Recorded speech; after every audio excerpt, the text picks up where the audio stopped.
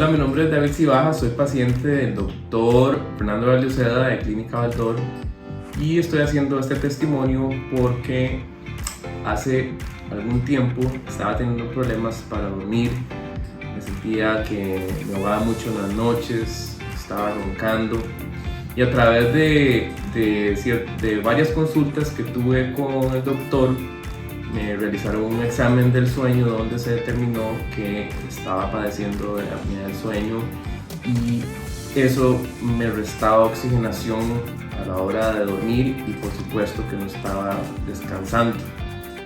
El doctor Valdezeda tiene este dispositivo ortopédico de avance mandibular, que es un dispositivo muy sencillo, fácil de usar y pues dura toda la vida.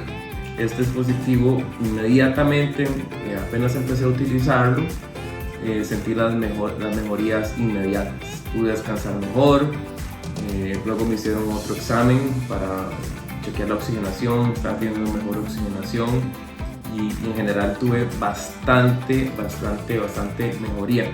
Algo también importante del dispositivo es que además de ayudar en estos temas, ayuda con el bruxismo, porque por lo general las personas que tienen apnea padecen de bruxismo también, y eso a mí me ayudó muchísimo a no desgastar mis dientes y a que la mordida no fuera tan intensa al dormir, y eso me ayudó muchísimo también.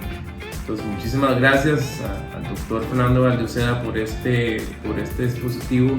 Yo lo recomiendo, es un dispositivo que es fácil de usar, se limpia muy fácil y en realidad va a mejorar muchísimo la vida de las personas.